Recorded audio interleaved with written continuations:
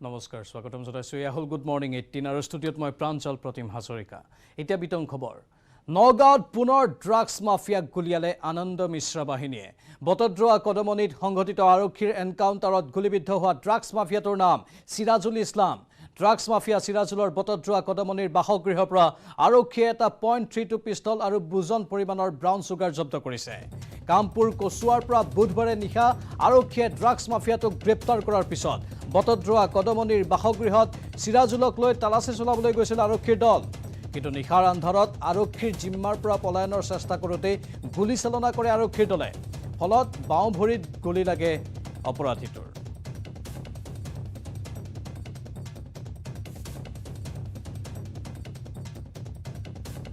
উল্লেখযোগ্য যে যোৱা 25 অক্টোবৰতো নগাঁও ননৈত আৰক্ষীৰ এনকাউণ্টাৰত গুলীবিদ্ধ হৈছিল উত্তৰ পূৰ্বাঞ্চলত ড্ৰাগছৰ বৃহৎ বজাৰ গঢ়ি তোলা মণিপুৰৰ ড্ৰাগছ মাফিয়া RK হপিনছন আৰু তাৰ পাছত পুনৰ নগাঁৱত ড্ৰাগছ মাফিয়াক গুলিয়ালে আনন্দ মিশ্ৰা বাহিনীয়ে বটদ্ৰৱা কদমনিত সংঘটিত আৰক্ষীৰ এনকাউণ্টাৰত গুলীবিদ্ধ হোৱা ড্ৰাগছ মাফিয়াটোৰ নাম ইতিমধ্যে আমি জনাইছো সিৰাজুল ইছলাম আৰু এই ড্ৰাগছ মাফিয়া সিৰাজুলৰ বটদ্ৰৱা কদমনিৰ বাসগৃহৰ পৰা আৰক্ষীয়ে এটা .32 পিস্তল লগতে বুজন পৰিমাণৰ ব্ৰাউন সুগাৰ জব্দ কৰিছে কামপুৰ কচুৱাৰ পৰা বুধবাৰে নিশা আৰক্ষীয়ে ড্ৰাগছ মাফিয়াটোক গ্ৰেপ্তাৰ কৰাৰ পিছত বটদ্ৰৱা কদমনিৰ বাসগৃহত সিৰাজুলক লৈ তালাচী চলাবলৈ গৈছিল আৰক্ষীৰ দল কিন্তু নিশাৰ আন্ধাৰত আৰক্ষীৰ জিম্মাৰ পৰা পলায়নৰ চেষ্টা কৰোঁতেই গুলীচালনা কৰে আৰক্ষীৰ দলে ফলত বাওঁ ভৰিত গুলী লাগে ড্ৰাগছ মাফিয়া সিৰাজুল ইছলামৰ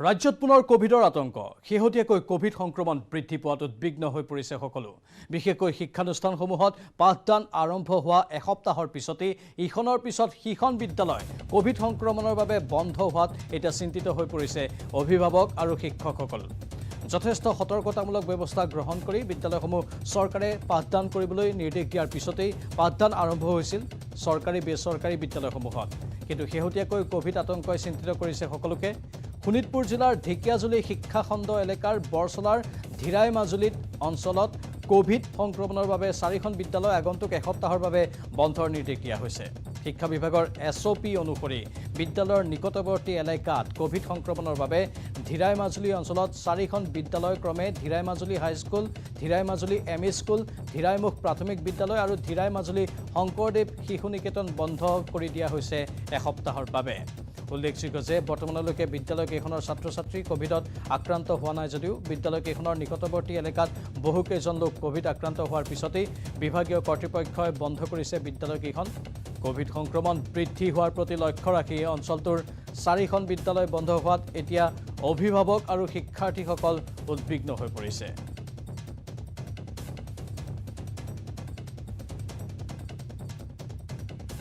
এই সন্দৰ্ভত অধিক জনাব আমাৰ সাংবাদিক হৰেণ ভূমিজে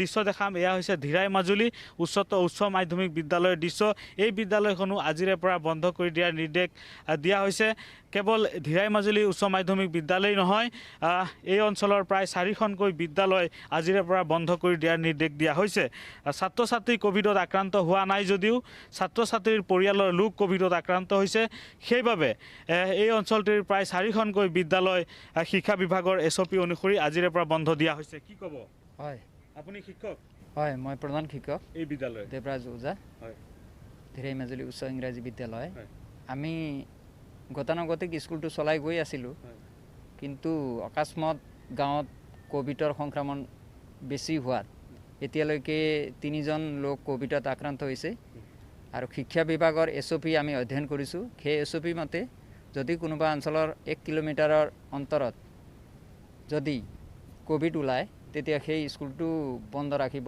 এসপ্তাহলৈকে সেই উদ্দেশ্যে মই অফিচলৈ খবৰ কৰিলোঁ জিলা মণ্ডল সমল বিষয়াক তেখেতৰ নিৰ্দেশ মতে এসপ্তাহৰ কাৰণে স্কুলটো বন্ধ ৰাখি দিছে কেইখন বিদ্যালয় বন্ধ হৈছে এতিয়ালৈকে 4খন বিদ্যালয় বন্ধ আছে 4খন হয় কিমান দিন থাকিব এসপ্তাহলৈকে থাকিব ছাত্ৰ ছাত্ৰীটো আক্ৰান্ত হোৱা নাই ছাত্ৰ-ছাত্ৰী আক্ৰান্ত হোৱা নাই ছাত্ৰ-ছাত্ৰীৰ ঘৰৰ লোক বা অভিভাৱক বিদ্যালয়ৰ কাষৰীয়া লোক আক্ৰান্ত বিদ্যালয়ৰ পৰা 200 গজ দূৰত্বত নহয় আচ্ছা সেইবাবে বন্ধ দিয়া সেইবাবে স্কুলটো বন্ধ দিয়া হৈছে কিন্তু সতৰ্কতা যথেষ্ট অৱলম্বন কৰা হৈছিল সতৰ্কতা মানে স্কুলত ল'ৰা ছোৱালী আহিছে ল'ৰা ছোৱালীক স্যানিটাইজ মাস্ক আৰু হাত ধুবলৈ পানী ৰাখি দিয়া হৈছে, চাবোন ৰাখি দিয়া হৈছিল। সেই গতিকে অলপ স্কুলত সংক্ৰমণ ইমান হোৱা নাই, হ'লেও গাঁৱৰ সংক্ৰমণে স্কুলত সংক্ৰমিত কৰিব বুলি আমি স্কুলটো বন্ধ ৰাখিছোঁ। নিশ্চয়কৈ আৰু এজন শিক্ষক আছে, কি ক'ব? ইয়াতে বিদ্যালয় বন্ধ হৈছে আজিৰে পৰা। হয়, আজিৰ পৰা বন্ধ হৈছে। কেইখন বিদ্যালয়? আমাৰ ইয়াত নিকটৱৰ্তী 4খন বিদ্যালয় বন্ধ হৈছে। 4খন বিদ্যালয় হয়। কিমান দিনলৈকে বন্ধ থাকিব? আমাৰ স্কুল এসপ্তাহলৈ বন্ধ থাকিব। এইটো মানে চৰকাৰী নিৰ্দেশনা। চৰকাৰী নিৰ্দেশনা মতে। কেইজন আক্ৰান্ত হৈছে ইয়াতে? আক্ৰান্ত ইয়াত 6-7 জনে হৈছে, কিন্তু বিদ্যালয়ৰ ঘৰৰ পৰিয়ালৰ লোক আক্ৰান্ত হৈছে। ঘৰৰ পৰিয়াল? হয়। কিন্তু ছাত্ৰ-ছাত্ৰী আক্ৰান্ত? ছাত্ৰ-ছাত্ৰী এতিয়ালৈকে শুনা নাই আমি এতিয়ালৈকে। শিক্ষকো আহিব নোৱাৰে বিদ্যালয়ত? এতিয়াতো আহিব নোৱাৰে, যিহেতু জাননী আছে এতিয়া। হয়, নিশ্চয়কৈ এইসকল হয় শিক্ষক, ধীৰাই মাজুলী উচ্চ মাধ্যমিক বিদ্যালয়ৰ শিক্ষক। ধীৰাই মাজুলী উচ্চ মাধ্যমিক বিদ্যালয়খনো বন্ধ কৰি দিয়া হৈছে, যিহেতু বিদ্যালয়ৰ ছাত্ৰ ছাত্ৰী লোক ক'ভিডত আক্ৰান্ত হোৱা নাই যদিও বিদ্যালয়ৰ ছাত্ৰ ছাত্ৰীৰ পৰিয়ালৰ লোক আক্ৰান্ত হৈছে। ইয়াৰ উপৰিও বিদ্যালয়ৰ যি এলেকা আছে এই এলেকাৰ বহু লোক ক'ভিডত আক্ৰান্ত হৈছে। সেইবাবে শিক্ষা বিভাগৰ নিৰ্দেশনা অনুসৰি এই বিদ্যালয়খন বন্ধ কৰি দিয়া হৈছে। কেৱল এইখন বিদ্যালয় নহয়, এই অঞ্চলটোৰ প্ৰায় 4খন বিদ্যালয় ক'ভিডৰ সংক্ৰমণৰ প্ৰতি লক্ষ্য ৰাখি আজিৰে পৰা শিক্ষা বিভাগে বন্ধ কৰি দিছে এসপ্তাহলৈ। ধাৰাবাহিকভাৱে আমি আপোনালোকক জনাই আছোঁ গুৱাহাটীৰ বেলতলা হত্যাকাণ্ডৰ আঁৰৰ সকলো তথ্য। বৰুৱা দম্পতীৰ হত্যাকাৰী আকাশ চৌধুৰীক অৱশেষত আৰক্ষীৰ জিম্মালৈ প্ৰেৰণ কৰা হ'ল। 7 দিনৰ আৰক্ষীৰ জিম্মালৈ প্ৰেৰণ কৰা হৈছে আকাশক। কেয়াৰটেকাৰ আকাশৰ পত্নীক আৰক্ষীৰ জেৰা অব্যাহত আছে। ধৃত আন 4জনকো জেৰা চলাই আছে আৰক্ষীয়ে। কিন্তু সবাতোকৈ চিন্তাজনক কথাটো হৈছে যে গুৱাহাটী মহানগৰীত যি ভয়ংকৰ ঘটনা সংঘটিত হ'ল, তাৰ পাছত যেন এতিয়া বহুতৰে বিশ্বাস হেৰুৱাই পেলাইছে বা বহুতেই বিশ্বাস হেৰুৱাই পেলাইছে নিজৰ চিনাকি মানুহৰ ওপৰতো। যি ঘটনা সংঘটিত হ'ল সেই ঘটনাৰ পাছত আকাশে যদিও এতিয়ালৈকে স্বীকাৰোক্তি প্ৰদান কৰা নাই, কিন্তু যিখিনি তথ্য, যিখিনি এভিডেন্স সকলো আৰক্ষীয়ে আকাশৰ বিপৰীতে লাভ কৰিছে। আকাশে যি মন্তব্য আগবঢ়াইছে সেই মন্তব্যৰ লগত তেওঁৰ পত্নীৰ ভাষ্যৰ অমিল পোৱা গৈছে। সমান্তৰালভাৱে যিখন খিৰিকীৰ গ্ৰিল ভঙা হৈছিল সেই গ্ৰিলৰ আশে পাশে সকলোতে কাঠৰ ফ্ৰেমতো আনকি আকাশৰ ফিংগাৰপ্ৰিণ্ট আছে। পিছফালৰ এখন গ্ৰিল আছিল, সেই গ্ৰিলৰ চাবি আকাশৰ হাততেই আছিল। আৰু তাৰ পাছত এতিয়া বহুকেইটা প্ৰশ্ন উদয় হৈছে। কালি যিহেতু ক্ৰাইম চিন ৰিক্ৰিয়েটো কৰা হৈছিল, আকাশক লৈ যোৱা হৈছিল বেলতলা ছাৰ্ভেৰ এই ঘৰটোলৈ, কিন্তু আকাশে এতিয়ালৈকে যদিও স্বীকাৰোক্তি প্ৰদান কৰা নাই, কিন্তু সকলো তথ্য আৰক্ষীয়ে লাভ কৰিছে আকাশৰ বিৰুদ্ধে। লগতে CCTV ভিজুৱেলো যিহেতু আৰক্ষীৰ হাতত আহি পৰিছে, সেই ভিজুৱেলসমূহো আমি আপোনালোকক দেখুৱাইছিলোঁ। নিশা 2:02 পাছত 2জন যুৱকে প্ৰৱেশ কৰিছিল সেই বাসগৃহটোত। হাতত ৰড আছিল আৰু ভুমুকি মাৰি চাইছিল ভিতৰলৈ। সেই খিৰিকীখন হয়তো ভিতৰৰ পৰা খুলিবলৈ চেষ্টা চলাই থকা হৈছিল সেই মুহূৰ্তত, যি সময়ত সেই দুৰ্বৃত্ত দুটাই এই ঘৰটোত প্ৰৱেশ কৰিছিল পুৱতি নিশা 2:02 পাছত।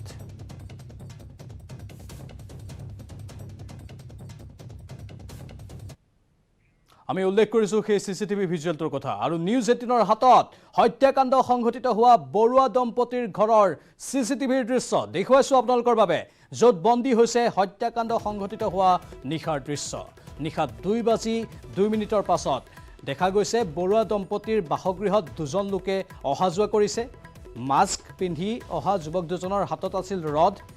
দুয়ো যুৱকে খিৰিকীৰে বৰুৱা দম্পতীৰ ঘৰৰ ভিতৰলৈ ভুমুকি চোৱাটো বন্দী হৈছে CCTVত। আমি পুনৰ দেখুৱাইছোঁ আপোনালোকক সেই দৃশ্যসমূহ। কালি নিশাৰে পৰাই যিহেতু এই দৃশ্য আমি আপোনালোকক ধাৰাবাহিক গতিত দেখুৱাই আছোঁ, আৰু CCTVৰ সময় তাত উল্লেখ কৰা হৈছে পুৱতি নিশা 2:02 পাছৰ এয়া দৃশ্য, য'ত 2জন যুৱকক দেখা গৈছে।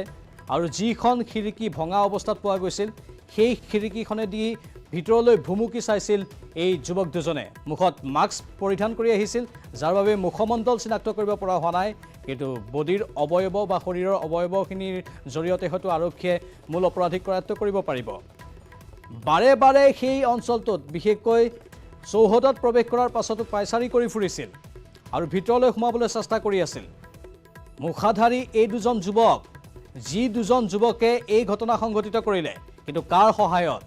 আৰক্ষীয়ে প্ৰাথমিকভাৱে যিহেতু অনুসন্ধানত তথ্য লাভ কৰিছে যে আকাশে তেওঁলোকক সহায় কৰিছে, সেয়েহে আকাশক গ্ৰেপ্তাৰ কৰা হ'ল, জেৰা চলোৱা হ'ল, 7 দিনৰ আৰক্ষী জিম্মালৈ প্ৰেৰণ কৰা হ'ল। কিন্তু এই 2জন যুৱক কোন?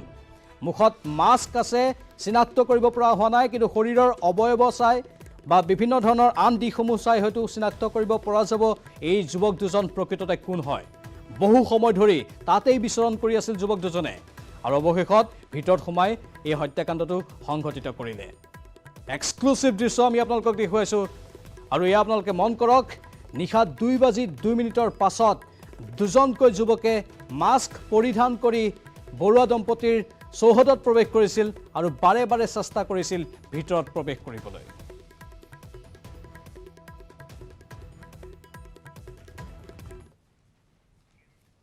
বেলতলাৰ নিহত বৰুৱা দম্পতীৰ শোৱনি কোঠাত উদ্ধাৰ হৈছে পটাগুটি আৰু এডাল ৰড। যি ৰড এই যুৱক দুজনে হাতত লৈ আছিল তাৰ সেই ৰডডালেই ভিতৰত পোৱা গৈছে।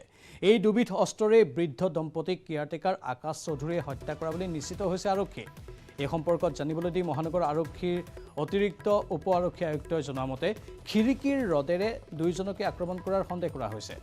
অৱশ্যে চিচিটিভিত যি দৃশ্যবন্দী হৈছে সেই দৃশ্যত এজন যুৱকৰ হাততো এডাল ৰড দেখিবলৈ পোৱা গৈছে। অৱশ্যে এই পৰ্যন্ত হত্যাকাণ্ডটো সংঘটিত কৰা বুলি স্বীকাৰোক্তি প্ৰদান কৰা নাই আকাশে। আকাশে হয়তো নিজেই হত্যাকাণ্ডটো সংঘটিত নকৰিলেও আনৰ সহায়ত এইটো কৰিব পাৰে, সেয়া পুৰামাত্ৰাই এতিয়া সন্দেহ কৰিব পাৰি। হত্যাকাণ্ডৰ পূৰ্বে অটো ৰিক্সা চলোৱা আকাশে বেলতলা অটো ষ্টেণ্ডত সতীৰ্থৰ সৈতে সুৰা সেৱন কৰিছিল। এই পৰ্বৰ সামৰণিৰ পিছতেই ননীগোপাল বৰুৱাৰ বাসগৃহত প্ৰৱেশ কৰিছিল আকাশে। ঘৰৰ পিছ দুৱাৰৰ তলা খুলি শোৱনি কোঠাত প্ৰৱেশ কৰিছিল আকাশে। ইতিমধ্যে দুৱাৰকে ধৰি বিভিন্ন আচবাব পত্ৰত স্পষ্ট হৈছে আকাশৰ ফিংগাৰ প্ৰিণ্ট। ইয়াৰ ভিত্তিতে আৰক্ষীয়ে নিশ্চিত হৈছে যে দীৰ্ঘদিন ধৰি কেয়াৰটেকাৰ হিচাপে থকা আকাশে সংঘটিত কৰিছে এই চাঞ্চল্যকৰ হত্যাকাণ্ড। ইপিনে আৰক্ষীৰ তদন্তত পোহৰলৈ আহিছে বহু বিস্ফোৰক তথ্য। এই পৰ্যন্ত আৰক্ষীয়ে বিচাৰি পোৱা নাই নিহত বৰুৱা দম্পতীৰ মোবাইল ফোন দুটা। ননীগোপাল বৰুৱাই ক'ত কিমান টকা ৰাখিছিল সেই সম্পৰ্কতো আকাশ অৱগত আছিল বুলি আৰক্ষীয়ে তথ্য লাভ কৰিছে। অৱশ্যে মাটি বাৰী সম্পৰ্কীয় নথিপত্ৰ আকাশে নিছে নে নাই সেই সন্দৰ্ভত নিশ্চিত হ'ব পৰা নাই আৰক্ষী। হয়তো অধিক জেৰাত বৰুৱা দম্পতীক হত্যাৰ মটিভ সন্দৰ্ভত অধিক তথ্য লাভ কৰিবলৈ সক্ষম হ'ব আৰক্ষীয়ে, কিয়নো এই পৰ্যন্ত আকাশে কি উদ্দেশ্যে বৰুৱা দম্পতীক হত্যা কৰিলে স্বীকাৰ কৰা নাই আৰু আৰক্ষীয়ে নিশ্চিতও হ'ব পৰা নাই। কিন্তু বাৰে বাৰে জেৰা চলাই থকা হৈছে, বাৰে বাৰে তথ্যসমূহ আহৰণৰ চেষ্টা চলাই থকা হৈছে। ইফালে আকাশৰ পত্নী পুতু দাসকো জেৰা অব্যাহত ৰাখিছে আৰক্ষীয়ে। আনহাতে ঘটনা সন্দৰ্ভত আৰক্ষীয়ে আটক কৰি জেৰা চলাই আছে সত্যেন্দ্ৰ সিং, পৰেশ চৌধুৰী, জোন শইকীয়া আৰু বুদ্ধদেৱক। কোঠাৰ ভিতৰত পটাগুটি উদ্ধাৰ হৈছে, ৰড উদ্ধাৰ হৈছে। যিহেতু প্ৰথম অৱস্থাত এইটোও সন্দেহ কৰা হৈছিল যে নিচাসক্ত দ্ৰব্য খুৱাই প্ৰথমে অচেতন কৰা হৈছিল, তাৰপাছত মূৰত বাৰে বাৰে পটাগুটিৰে আক্ৰমণ কৰা হৈছিল আৰু সেই আক্ৰমণৰ ফলতেই বৰুৱা দম্পতীৰ মৃত্যু হ'ল। কিন্তু মটিভ সন্দৰ্ভত এতিয়ালৈকে কোনো কথাই স্পষ্ট হোৱা নাই। প্ৰকৃততে কি মটিভ আছিল বা কি উদ্দেশ্য আছিল এই অপৰাধীকেইটাৰ এই হত্যাকাণ্ড সংঘটিত কৰাৰ আঁৰত। কিন্তু আকাশে সকলো তথ্যই জানিছিল, ক'ত বৰুৱা দম্পতীৰ কিমান টকা আছে, আনকি মাটিৰ কাগজ পত্ৰলৈকে। কিন্তু মাটিৰ কাগজ পত্ৰখিনি আকাশে নিছে নে নাই সেয়া এতিয়ালৈকে নিশ্চিত হ'ব পৰা নাই আৰক্ষী। কিন্তু আকাশে ইতিমধ্যে স্বীকাৰোক্তি প্ৰদান কৰিছে যে সুৰা সেৱন কৰিছিল এই ঘটনাৰ পূৰ্বে সেই কেইগৰাকী সতীৰ্থৰ সৈতে। যিগৰাকী আকাশক নিজৰ ঘৰত ৰাখিছিল বৰুৱা দম্পতীয়ে, নিজৰ আপোনজন বুলি গণ্য কৰিছিল, নিজতকৈও হয়তো অধিক ভাল পাইছিল সেই বৃদ্ধ দম্পতীয়ে, সেই আকাশেই এনেধৰণে এই ঘটনা সংঘটিত কৰিলে। বাৰে বাৰে আমি উল্লেখ কৰি আছোঁ যে গাখীৰ খুৱাই সাপ পোহাৰ দৰে এক ঘটনা সংঘটিত হৈছে, যি ঘটনাৰ ফলতেই এতিয়া এজনে আনজনৰ ওপৰত যেন বিশ্বাস হেৰুৱাই পেলাবলগীয়া হৈছে। কোৱা হয় বিশ্বাসে মিলয় হৰি, কিন্তু অতি বিশ্বাসেই যেন এই ভয়ংকৰ ৰূপ ধাৰণ কৰিলে। এই ঘটনাৰ ক্ষেত্ৰত সেই কথাটোকে ক'ব পাৰি। আজি আমি আকৌ চাৰ্চ কৰিলোঁ, তাতে পটাগুটি এটা পাইছোঁ। তো এইখিনি আমি এফএছএল কৰিবৰ কাৰণে এতিয়া চিজ কৰা হৈছে। আৰু যোনটো ফিংগাৰ প্ৰিণ্ট আছিলে সেইটো আকাশৰ লগত মেটচ কৰিছে, সেইটো গম পাইছে চাগৈ, অলৰেডি কোৱা হৈছে। সেইখিনি আমি এতিয়া ইনভেষ্টিগেশ্যন কৰি আছোঁ, আমি এতিয়া চাই লওঁ কি ৰডডাল পোৱা গৈছে বুলি জানিব পৰা গৈছে। ৰডডাল খিৰিকী যোনটো ভিতৰৰ পৰা ভাঙা হৈছিলে তাৰে ৰডডাল পোৱা হৈছে।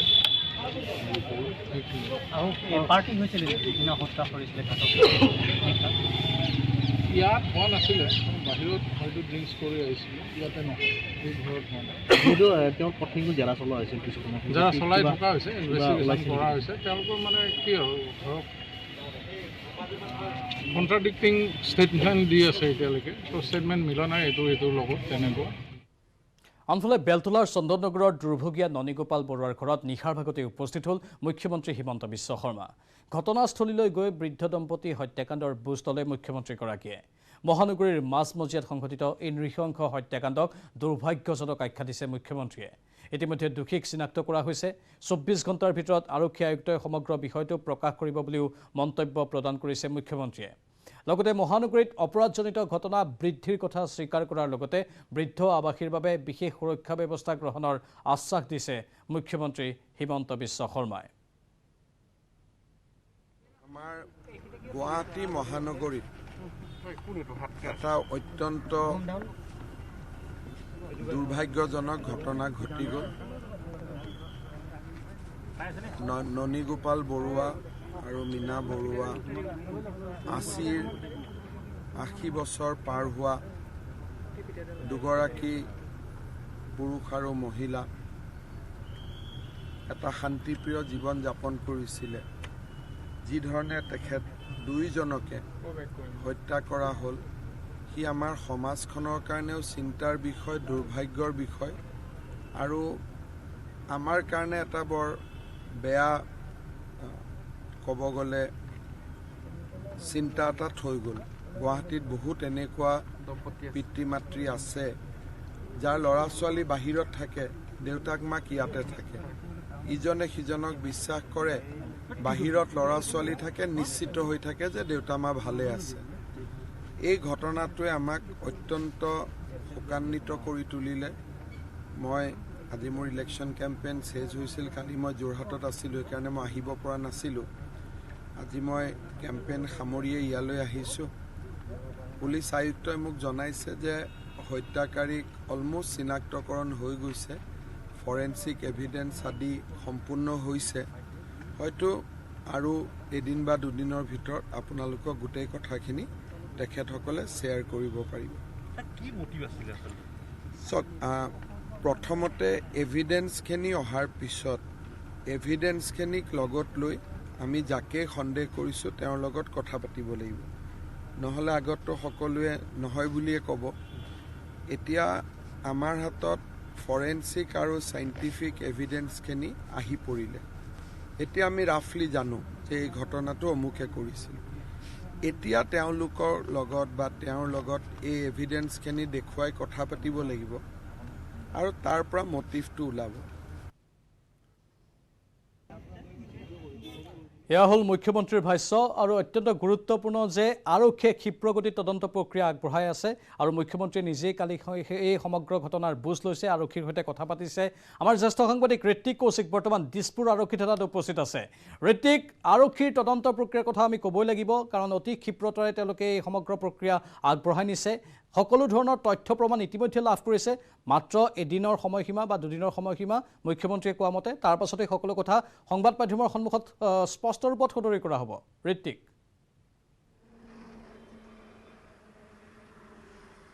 চাওক, আৰক্ষী আয়ুক্তও কালি যেতিয়া দিছপুৰ আৰক্ষী থানাত আহিছিল, অকল আৰক্ষী আয়ুক্তই নহয়, যুটীয়া আৰক্ষী আয়ুক্ত, DCP ক্ৰাইম, ADCP ক্ৰাইম সকলো দিছপুৰ থানাত আহিছিল।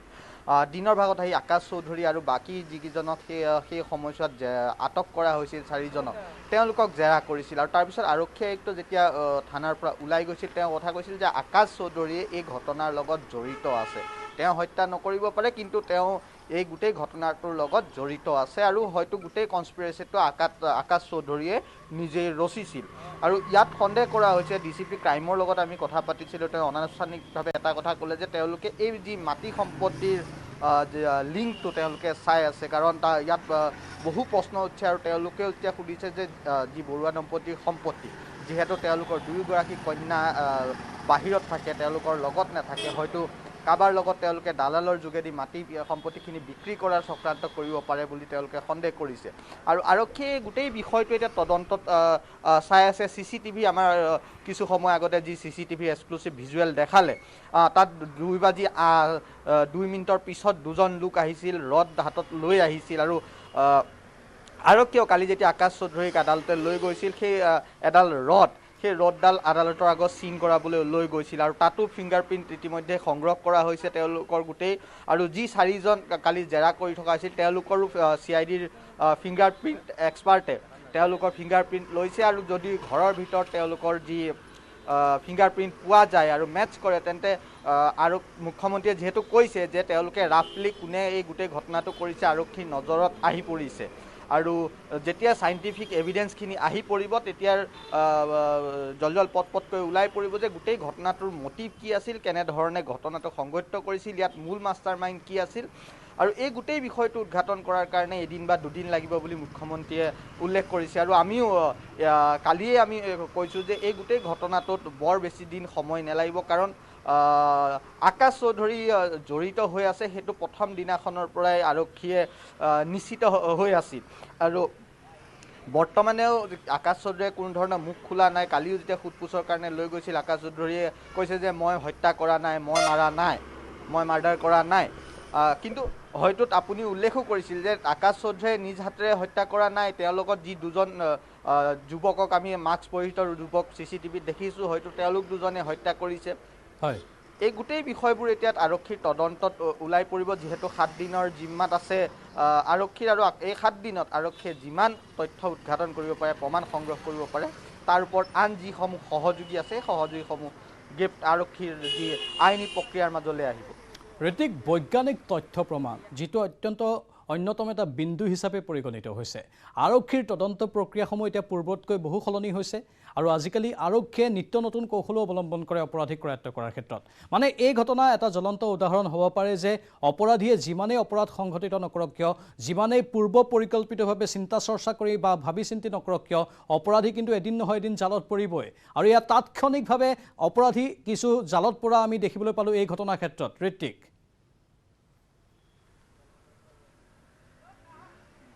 হয়, চাওক, যেতিয়া আধুনিকতাৰ যুগ বুলি আমি কওঁ, সকলো বস্তু আধুনিক হৈছে আজিৰ দিনত। আৰু যিসকল অপৰাধী আছে তেওঁলোকেও নতুন কৌশল লৈছে আৰু আৰক্ষীয়েও নতুন নতুন কৌশল এডাপ্ট কৰিবলৈ প্ৰয়োজন হৈছে। আৰু ইয়াত দেখিবলৈ পোৱা গৈছে যে যেতিয়া ঘটনা সংঘটিত হ'ল, আমি কিছুদিন পূৰ্বলৈকে আমি কেতিয়াও শুনা নাছিলোঁ যে ফিংগাৰপ্ৰিণ্ট কাৰোবাৰ লগত ঘৰৰ পৰা যেতিয়া CIDয়ে হওক বা ফৰেঞ্চিকে ফিংগাৰপ্ৰিণ্ট নিয়ে, সেই তথ্যটো ইমান সোনকালে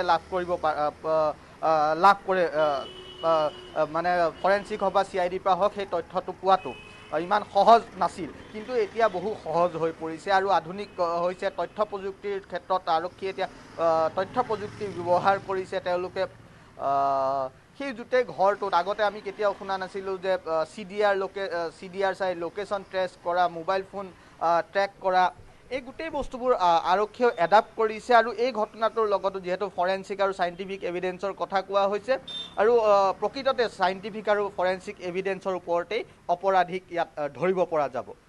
কিন্তু ঋতিক, আৰু এটা কথা, যিহেতু মাটিৰ দালালৰ প্ৰসংগও আহিছে, আমি কালিও উল্লেখ কৰি আছিলোঁ যে আকাশৰ সৈতে একাংশ মাটিৰ দালালৰ সুসম্পৰ্ক আছে, উঠা বহা আছে। বিভিন্ন সময়ত তেওঁলোকৰ সৈতে সুৰাৰ আড্ডাটো মিলিত হয় এইগৰাকী আকাশ। আৰু এইগৰাকী আকাশে হয়তো তেনেধৰণৰ এক মটিভ লৈ, উদ্দেশ্য লৈ, আমি এতিয়াও কৈছোঁ যে হয়তো কাৰণ আৰক্ষীৰ তদন্ত প্ৰক্ৰিয়া চলি আছে, কিন্তু আনুমানিকভাৱে সেই কথাও ক'ব পাৰি যে মাটিৰ কাগজসমূহ তেওঁলোকক নি দিয়া হৈছেগৈ হত্যাকাণ্ডৰ পাছত। তাৰ পাছত হয়তো ডাঙৰভাৱে বৃহৎ আকাৰত কিবা এক পৰিকল্পনা আছিল এই চক্ৰটোৰ।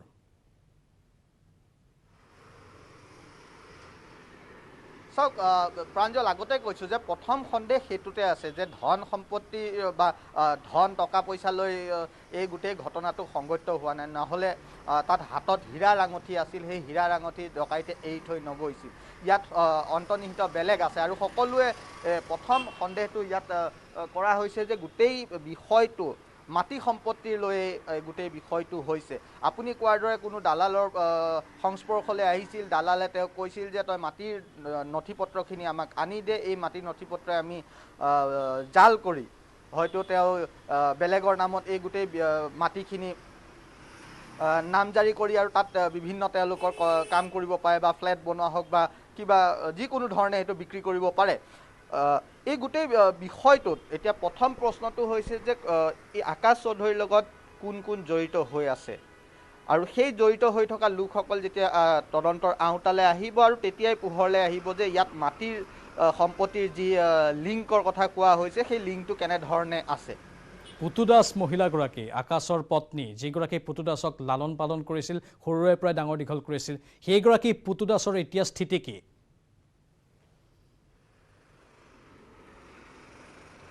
চাওক প্ৰাঞ্জল পুতু দাসক যেতিয়া আকাশ চৌধুৰীক লৈ অহা হৈছিল তেওঁৰ পত্নীকো দিছপুৰ থানালৈ লৈ অহা হৈছিল নিশা 12 বজালৈকে তেওঁক জেৰা কৰা হৈছিল আৰু তাৰপিছত তেওঁক ঘৰলৈ যাবলৈ দিয়া হৈছিল কালিও ক্ৰাইম ব্ৰাঞ্চৰ দল যেতিয়া তাত উপস্থিত হৈছিল পুতু দাসক জেৰা কৰিছিল বিভিন্ন তথ্য সংগ্ৰহ কৰিছিল ঘৰটোৰ পুনৰ প্ৰমাণৰ কাৰণে পৰীক্ষা কৰিছিল তাত তালাচী চলাইছিল আৰু তাত তেওঁলোকে এই পটাগুটিটো উদ্ধাৰ কৰিবলৈ সক্ষম হৈছিল যোনটো বৰ্তমান ফৰেনচিকৰ কাৰণে প্ৰেৰণ কৰিছে আৰু এই গোটেই স্থিতিটোত লৈ যি আকাশ আৰু পুতু দাসৰ দুয়োগৰাকীৰ কিন্তু ভাষ্য বেলেগ বেলেগ আছে আৰু আৰক্ষীয়ে ইতিমধ্যেতো আনুষ্ঠানিকভাৱে কৈছেও যে দুয়োগৰাকীৰ যি ষ্টেটমেণ্ট আছে সেই ষ্টেটমেণ্ট বেলেগ বেলেগ আছে এজনে যদি কিবা কৈছে এজনে আন এগৰাকীয়ে তাৰ ওলোটাটো কৈছে তো তাৰ প্ৰতি লক্ষ্য ৰাখি আৰক্ষীয়ে পুতু দাসকো কালিও জেৰা কৰিছে হয়তো পুনৰ জেৰা কৰিব আৰু তেওঁৰ বিৰুদ্ধে যদি কিবা প্ৰমাণ পায় আৰক্ষীয়েও গ্ৰেপ্তাৰ কৰিব ধন্যবাদ জনাইছোঁ আপোনাক এইখিনি তথ্যৰ বাবে কিন্তু পৰৱৰ্তী সময়ত পুনৰ আমি যোগাযোগ স্থাপন কৰিম অৱশেষত লাহে লাহে যেনে সমগ্ৰ ঘটনাৰ আঁৰৰ তথ্যসমূহ এটা এটাকৈ উদ্ঘাটন হ'বলৈ ধৰিছে আৰু আমি নিৰন্তৰ গতিত অব্যাহত ৰাখিছোঁ আমাৰো প্ৰচেষ্টা যাতে সকলো তথ্য দৰ্শকসকলক দিব পাৰোঁ পৰৱৰ্তী সময়ত আমাৰ সাংবাদিকৰ সৈতে পুনৰ যোগাযোগ স্থাপন কৰিম ইতিমধ্যে মুখ্যমন্ত্ৰীয়েও কৈছে যে অতি স্থিতি সবল ৰূপত আৰক্ষীয়ে এই বিষয়টো চাইছে যাতে কোনো ধৰণৰ সুৰুঙা থাকি নাযায় তাৰ ওপৰত দৃষ্টি ৰখা হৈছে মুখ্যমন্ত্ৰীগৰাকীয়ে নিজেই দৃষ্টি দিছে বুলি কৈছে লগতে যিসকল বৃদ্ধ লোক যিসকল ঘৰত অকলে থাকে তেওঁলোকৰ সুৰক্ষাৰ বিষয়টো বিবেচনা কৰা হ'ব বুলি তেওঁ মন্তব্য প্ৰকাশ কৰিছে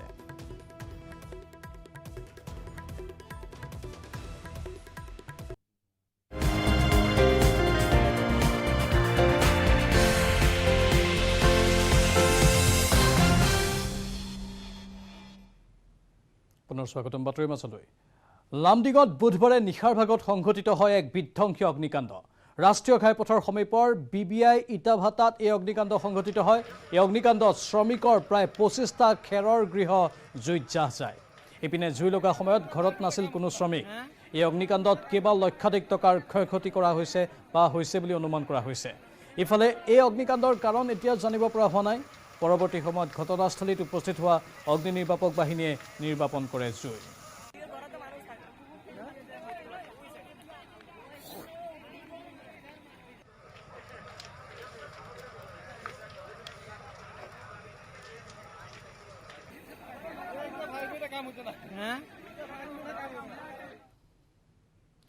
নগাঁৱত পুনৰ ড্ৰাগছ মাফিয়াক গুলিয়ালে আনন্দ মিশ্ৰ বাহিনীয়ে বটদ্ৰৱা কদমনিত সংঘটিত আৰক্ষীৰ এনকাউণ্টাৰত গুলিবিদ্ধ হোৱা ড্ৰাগছ মাফিয়াটোৰ নাম সিৰাজুল ইছলাম ড্ৰাগছ মাফিয়া সিৰাজুলৰ বটদ্ৰৱা কদমনিৰ বাসগৃহৰ পৰা আৰক্ষীয়ে এটা .32 পিষ্টল আৰু বুজন পৰিমাণৰ ব্ৰাউন চুগাৰ জব্দ কৰিছে কামপুৰ কচুৱাৰ পৰা বুধবাৰে নিশা আৰক্ষীয়ে ড্ৰাগছ মাফিয়াটোক গ্ৰেপ্তাৰ কৰাৰ পিছত বটদ্ৰৱা কদমনিৰ বাসগৃহত সিৰাজুলক লৈ তালাচী চলাবলৈ গৈছিল আৰক্ষীৰ দল কিন্তু নিশাৰ আন্ধাৰত আৰক্ষীৰ জিম্মাৰ পৰা পলায়নৰ চেষ্টা কৰোঁতেই গুলীচালনা কৰে আৰক্ষীৰ দলে ফলত বাওঁ ভৰিত গুলী লাগে ড্ৰাগছ মাফিয়া সিৰাজুল ইছলামৰ যোৱা 25 অক্টোবৰতো নগাঁও ননৈত আৰক্ষীৰ এনকাউণ্টাৰত গুলীবিদ্ধ হৈছিল উত্তৰ পূৰ্বাঞ্চলত ড্ৰাগছৰ বৃহৎ বজাৰ গঢ়ি তোলা মণিপুৰৰ ড্ৰাগছ মাফিয়া RK হপিনছন আমাৰ জ্যেষ্ঠ সাংবাদিক নীলোৎপল বৰা আছে পোনপটীয়া সম্প্ৰচাৰত নীলোৎপল আপুনি ধাৰাবাহিক গতিত এই খবৰসমূহ ৰাখি আছে আৰু প্ৰতিটো খবৰেই আমাৰ নিউজ 18 অসম নৰ্থ ইষ্টৰ দৰ্শকসকলৰ বাবে আগবঢ়াই আছে আৰক্ষীয়ে পুনৰ এনকাউণ্টাৰ কৰিছে নগাঁৱত অধিক তথ্য আপোনাৰ লগত আৰু কি আছে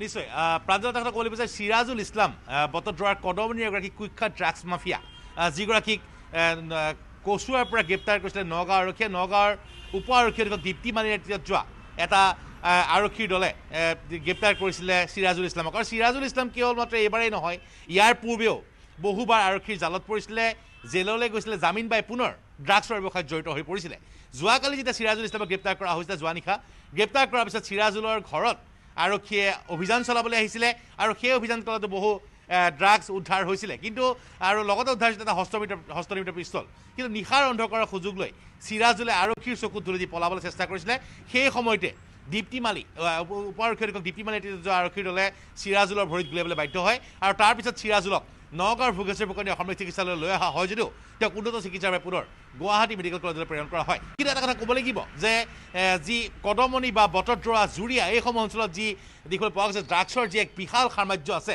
আৰু এইসকল ড্ৰাগছৰ সৈতে জড়িত কুখ্যাত অপৰাধীক আৰক্ষীয়ে গ্ৰেপ্তাৰ কৰাৰ পিছতো জামিন পাই কিন্তু পুনৰ এনেধৰণৰ অপৰাধত জড়িত হৈ পৰে, যাৰ পৰিপ্ৰেক্ষিতত কিন্তু আৰক্ষী যথেষ্ট বিপদত পৰিছে। আৰু এইবাৰ যদি দেখিবলৈ পোৱা গৈছে যে চিৰাজুল ইছলামক বৰ্তমান আৰক্ষীয়ে গ্ৰেপ্তাৰ কৰাৰ পিছত পুনৰ জামিনত মুকলি হোৱাৰ পিছত পুনৰ ড্ৰাগছৰ বিষয়ত জড়িত হৈ পৰিছিলে। আৰু এইগৰাকী ড্ৰাগছ মাফিয়াক আৰক্ষীয়ে কিন্তু যোৱাকালি আটক কৰাৰ পিছত যেতিয়া আৰক্ষীৰ চকী ধুলি পলাবলৈ চেষ্টা কৰিছিলে সেই সময়তে কিন্তু পুনৰ আৰক্ষীয়ে গুলিয়াবলৈ বাধ্য হয়।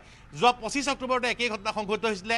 মণিপুৰৰ এগৰাকী কুখ্যাত ড্ৰাগছ মাফিয়া যিগৰাকীয়ে ডিমাপুৰত থাকি সমগ্ৰ উত্তৰ পূৰ্বাঞ্চলত ড্ৰাগছৰ বিশাল সাম্ৰাজ্য যি নিয়ন্ত্ৰণ কৰিছিলে, আৰ কে হপিংছনক গুলিয়াই আহত কৰাৰ পিছত পুনৰ এইগৰাকী চিৰাজুল ইছলামক আৰক্ষীয়ে গুলিয়াবলৈ বাধ্য হৈছে। আৰু এই এটা কথা ক'ব লাগিব কিন্তু এটা সপ্তাহৰ ভিতৰতে দুটাকৈ এনকাউণ্টাৰৰ ঘটনা সংঘটিছে নগাঁৱত। আৰু ড্ৰাগছৰ বিৰুদ্ধে নগাঁও আৰক্ষী অধীক্ষক আনন্দ মিশ্ৰৰ বাহিনীৰ যে অভিযান তীব্ৰ গতিত অব্যাহত আছে তাকে কিন্তু সূচাইছে পুনৰ এই এনকাউণ্টাৰে। প্ৰাঞ্জল, নিৰুৎপল, অভিযানৰ পাছত অভিযান চলি আছে আৰক্ষীৰ, এটাৰ পাছত আন এটা এনকাউণ্টাৰ হৈ আছে, তাৰ পাছতো অপৰাধীয়ে সাহস কিন্তু কমোৱা নাই বা এনেধৰণৰ অপৰাধ কাৰ্য সংঘটিত কৰাৰ ক্ষেত্ৰত পিছলৈ অহা নাই, আগেই বাঢ়ি আছে অপৰাধীবোৰ নিজৰ এই অপৰাধমূলক কাৰ্যসমূহ সংঘটিত কৰাৰ ক্ষেত্ৰত। কিয় এনে হৈছে এটা ডাঙৰ প্ৰশ্ন।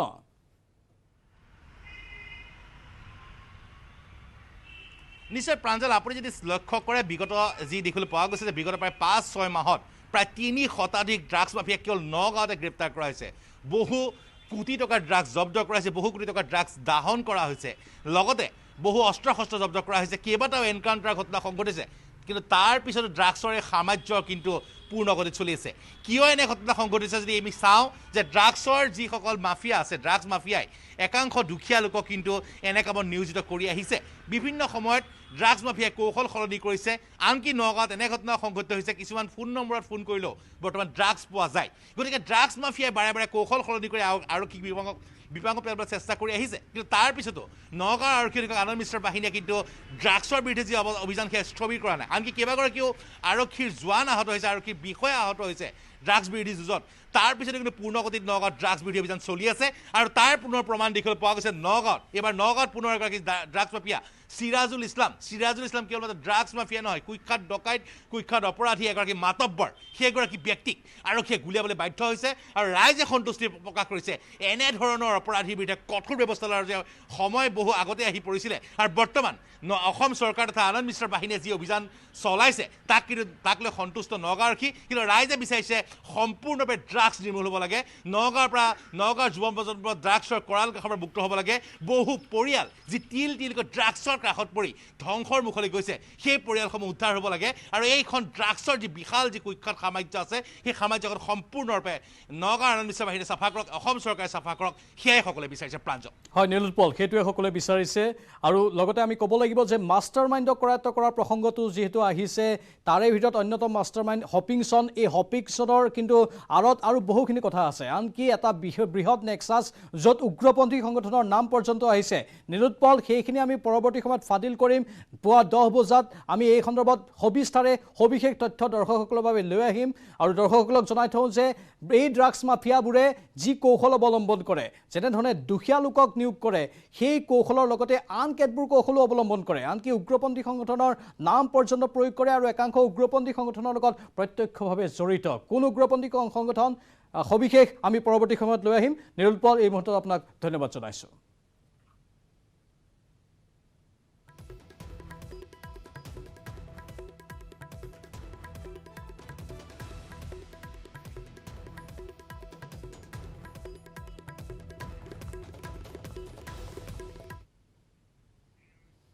আৰু বাতৰি দেখিলে পুনৰ সময় হৈছে চমু বাণিজ্যিক বিৰতিৰ।